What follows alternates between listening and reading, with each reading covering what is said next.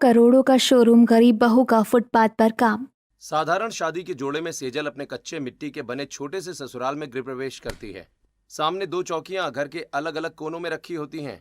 पास में ही मिट्टी का एक चूल्हा रखकर एक छोटी सी रसोई बनी होती है। बहू, तुम्हारा ससुराल बहुत बड़ा तो नहीं है।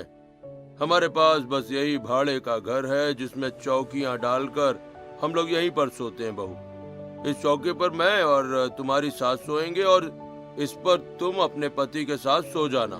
शारदा और रामलाल अपनी चौकी पर जाकर सो जाते हैं।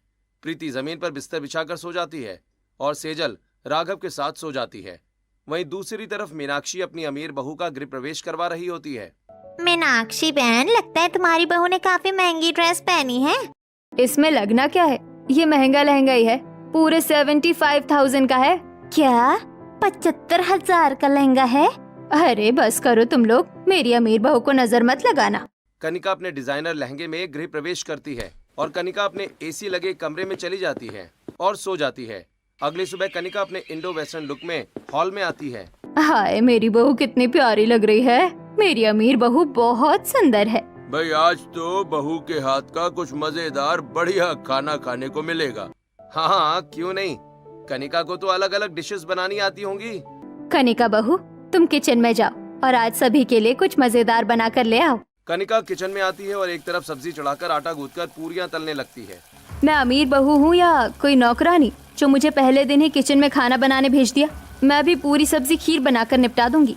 इतना कहकर कनिका पूरी सब्जी और खीर बनाती है और थोड़ी देर में डाइनिंग टेबल पर पहुंच जाती है। कनिका, तुमने पूरी सब्जी और खीर बनाई है? बहू, मैं तो सोच रहा था कि तुम कुछ अलग डिश बनाओगी, बड़ा मजा आएगा खाने में। पर पूरी सब्जी खीर ये तो हम रोज ही खाते हैं। मैंने सोचा कि आप लोगों के लिए कुछ बढ़िया डिश बनाऊं, पर फिर लगा शादी में आप लोगों ने बहुत कुछ खाया होगा, इसलिए हल्का खाना ही सही रहेगा। देखा आप लोगों ने, मेरी बहू कितनी समझदार है।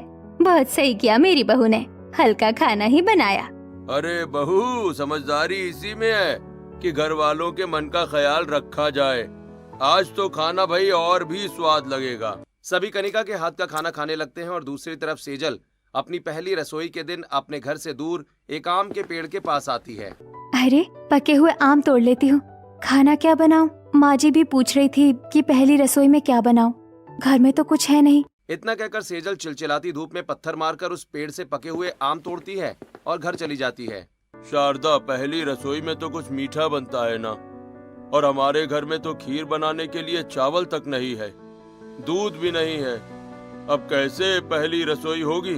पापा जी, आप चिंता मत कीजिए, मैं अपनी पहली रसोई बनाऊंगी और कुछ मीठा भी बनाऊंगी। मुझे घी या चावल की जरूरत नहीं है। इतना कहकर सेजल अपने छोटे से मिट्टी के चूल्हे के पास बैठती है और लकड़ियां लगाकर चूल्हा जलाती है और आटे में चीनी मिलाकर आटा गूंथती है और रोटियां सेकने लगती है और अपने साथ लाए हुए आमों का आमरस बनाती है और सभी को परोसती है। एक नंबर भाभी, आपकी आटे में चीनी वाली मीठी रोटी और ये पके आम का आमरस बहुत स्वादिष्ट है। वाह सेजल, तुम तो बहुत समझदार हो यार। इतने सस्ते में तुमने अपनी पहली रसोई भी पूरी कर ली और रिवाज भी निभा लिया। गृहिणी है मेरी बहू, गरीब ससुराल में भी कैसे चीजें संभाली जाती है, ये सब मेरी बहू जानती है। इसी तरह सेजल गरीबी में भी अपनी पहली रसोई पूरी करती है और खाने के बाद राघव अपनी नीले रंग की यूनिफॉर्म पहनता है और रोलिंग फैक्ट्री में आ जाता है, जहाँ तेज गर्मी में काम करने लगता है। वहीं दूसरी तरफ कनिका बहू, तुम्हारी पहली रसोई तो पूरी हो गई। अब बताओ तुम्हें क्या नेक चाहिए? पहली रसोई के नेक में कुछ भी मांगूंगी तो देंगे। अरे हाँ बहू, अगर दे सका तो जरूर दूंगा। तुम बताओ। मुझे करोड़ों का शोरूम खोलना है, उस शोरूम की मालकिन मैं बनना चाहती हूँ और मैं ही उसे चलाऊंगी। बहू, तुझे करोड़ों का शोरूम क्यों खोलना है? इतने बड़े घर की बहू है, तेरा पति इतना अच्छा कमाता है, तू शोरूम का क्या करेगी? नहीं, आपने कहा था मैं जो मांगूंगी आप देंगे, मुझे करोड़ों का शोरूम ही चाहिए। अच्छा ठीक है, मैं कल ही बैंक से जाकर बात करूंगा। इतना कहकर राहुल अपने काम पर चला जाता है और कृष्णलाल और मीनाक्षी अपने अपने कमरे में चले जाते हैं। ऐसे ही दिन बीतते हैं और रात में राघव थका हुआ पसीने से लथपथ अपने घर लौटता है। सेजल तुरंत उसे पानी देती है। बाप रे, इतनी तेज गर्मी में रोलिंग मिल में काम करना तो ऐसा लगता है जैसे किसी ने भट्टी के अंदर फेंक दिया हो। आपकी मेहनत बेकार नहीं जाएगी, देखिएगा आपकी मेहनत भी एक दिन जरूर रंग लाएगी। सेजल अपने गरीब ससुराल में अपने पति का पूरा साथ देने की कोशिश करती है और वहीं दूसरी तरफ राहुल और कनिका बैंक में मैनेजर के साथ बैठे होते हैं। मिस्टर राहुल, हमने सारे लीगल डॉक्यूमेंट्स पूरे कर लिए हैं। आप जो करोड़ों का शोरूम खोलना चाहते हैं उसके लिए लोन भी पास हो जाएगा, लेकिन आपको ईएमआई समय पर भरनी पड़ेगी। डोंट वरी, मैं समय से पहले आपकी ईएमआई भर दूंगी और पूरा लोन भी चुका दूंगी। बस एक बार मेरा करोड़ों का शोरूम खुलने दीजिए। मैम, आप समझिए, आपका करोड़ों का शोरूम खुल ही गया। बस शाम तक पैसे आपके अकाउंट में आ जाएंगे। कुछ दिन बीतते हैं और बीच बाजार में कनिका एक कांच के दरवाजे वाला सुंदर शोरूम खरीदती है और बाजार में भीड़ लग जाती है, जहां लोग कनिका के शोरूम का उद्घाटन देखने के लिए खड़े होते हैं। मेरी बहू अपने ससुर से ही अपने करोड़ों के शोरूम का उद्घाटन करवाएगी। राहुल, मुहूर्त हो गया, मैं उद्घाटन करने जा रही हूँ।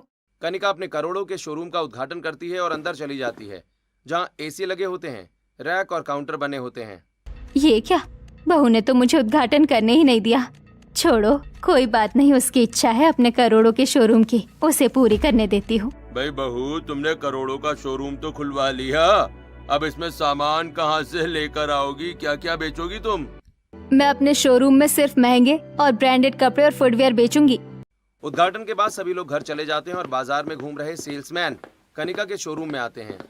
जी, हम इस बाजार के डिस्ट्रीब्यूटर्स हैं। आप अपने शोरूम में हमारे कॉस्मेटिक प्रोडक्ट्स रखकर देखिए, बहुत अच्छे प्रोडक्ट्स हैं हमारे। तुम्हारे ब्रांड नेम, फेम, ना कोई ग्लैम। मैंने करोड़ का शोरूम खोला है, फुटपाथ पर दुकानें ही लगाई है। तो मैम, आप शर्ट, जीन्स, पैंट जो भी रखना चाहती हैं हमें बताइए, हम आपको पहुंचा देंगे। ऐसे कपड़े मेरे घर के नौकर पहनते हैं। मैं अपने करोड़ों के शोरूम में सिर्फ बड़े ब्रांड के कपड़े ही बेचूंगी और मैंने ऑर्डर भी दे दिया है। मैम, आपको हर वैरायटी, हर रेंज के कपड़े और आइटम रखने चाहिए। वैसे तुम 2 टके के सेल्समैन को मुझे बताने की जरूरत नहीं है कि मुझे अपने शोरूम में क्या रखना चाहिए क्या नहीं। चुपचाप जैसे आए हो वैसे ही वापस निकल जाओ। कनिका सेल्समैन की बेइज्जती करके उसे भगा देती है। वहीं दूसरी तरफ सेजल पल्लू फटी साड़ी में सरकारी नल से प्रीति के साथ पानी भर रही होती है। ननन जी, आपका कॉलेज कब है? भाभी, बस अभी कॉलेज के लिए ही निकल रही हूँ। इतना कहकर प्रीति अपने कॉलेज के लिए निकल जाती है और थोड़ी देर में कॉलेज पहुंच जाती है। अरे वो देखो, हमारी कॉलेज की सबसे बड़ी गरीब आ गई। कॉलेज वालों को स्कॉलरशिप जरा सोच समझ कर देनी चाहिए। सभी कॉलेज में मेरे फटे कपड़ों का मजाक उड़ा रहे हैं और सच में कहाँ इनके शोरूम के महंगे कपड़े और कहाँ मेरे फुटपाथ के सस्ते कपड़े। प्रीति घर आती है और दुखी मन से सारी बात अपनी भाभी को बताती है। आज हमारी परिस्थिति खराब है तो लोग हमारा मजाक उड़ा रहे हैं। कल हमारी परिस्थिति ठीक हो जाएगी तो लोग हमें अपना दोस्त बनाने लगेंगे। इस तरह सबकी बातों को दिल पर नहीं लिया जाता है। और रही बात फटे कपड़ों की, ये तो मैं 2 मिनट में ठीक कर दूंगी। सेजल बहुत अच्छे से प्रीति के फटे कपड़े सिलने लगती है और सिलकर प्रीति को दे देती है। ऐसे ही एक दिन सेजल अपनी सास के साथ सब्जी मंडी आई होती है। बहन जी, क्या दे दूं आपको? भैया, मुझे तो वैसे आलू दे दीजिए। अच्छा, ये लीजिए आपके आलू और 20 रुपए हुए। भैया, 20 रुपए कैसे? 17 रुपए ही हुए हैं, बाजार में यही दाम है। इसी तरह सेजल बाजार में बार्गेनिंग करके कम दामों में अच्छी चीजें खरीदती है। तभी सेजल को उल्टियां होने लगती हैं और सर चकराने लगता है। शारदा सेजल को संभालती है। क्या हुआ बहू, क्या हुआ तुझे? तू ठीक तो है? हाँ माँ जी, मैं ठीक हूँ। बस एक हफ्ते से जी मचल रहा है और कभी कभी सर घूम जाता है। और बहू, अचानक से सांसें तेज हो जाती होंगी और कुछ खट्टा खाने का मन करता होगा। हाँ माँ जी, पर आपको कैसे पता? बेटी, मैंने भी 2 बच्चों को जन्म दिया है। जब एक औरत गर्भवती होती है तब ऐसे लक्षण होते हैं। तू माँ बनने वाली है बेटी। शारदा सेजल को लेकर अपने घर आती है और सभी को ये खबर देती है। आज पड़ोसी और पूरा घर खुश हो जाता है। सेजल, तुमने मुझे दुनिया की सबसे बड़ी खुशी दी है। Thank you. अरे वाह भाई वाह, मैं दादा बनूंगा, मजा आएगा। अपने पोते पोतियों को पीठ पर बिठाकर पूरे घर में घुमाऊंगा मैं। अरे शारदा बहन, तुम्हारे घर आने का तो फायदा हो गया। खुशखबरी सुनने मिली। अब जल्दी से मुंह मीठा कराओ। कांति बहन, मैं तुम्हारा मुंह भी मीठा कराऊंगी और अपनी बहू की नजर भी उतरवाऊंगी। राघव बेटा, आते वक्त मिठाई लेते आना, समझा? राघव अपने लेबर की यूनिफॉर्म पहनकर फैक्ट्री में काम करने के लिए चला जाता है। रात में मिठाई लेकर लौटता है। शारदा पड़ोसियों और पूरे घर में मिठाई बांटती है। घर वाले सेजल का खास ख्याल रखने लगते हैं और सेजल भी संभालते हुए घर के काम करती है। तभी एक दिन राघव रोलिंग फैक्ट्री में मशीन में गरम सरिया डाल रहा होता है। हाँ, मैं दिन रात मेहनत करूंगा, ओवर टाइम भी करूंगा और अपने परिवार के साथ बहुत खुशी खुशी रहूंगा। इतना सोचते सोचते राघव अपने सपनों में खो जाता है, फूलों के बागीचे में, जिसमें एक छोटी सी बच्ची आगे आगे दौड़ रही होती है और राघव और सेजल उसके पीछे पीछे दौड़ रहे होते हैं। पापा मुझे पकड़ो, मम्मी मुझे पकड़ो। अरे मैं कैसे पकड़ूं अपनी गुड़िया को, वो तो भाग रही है।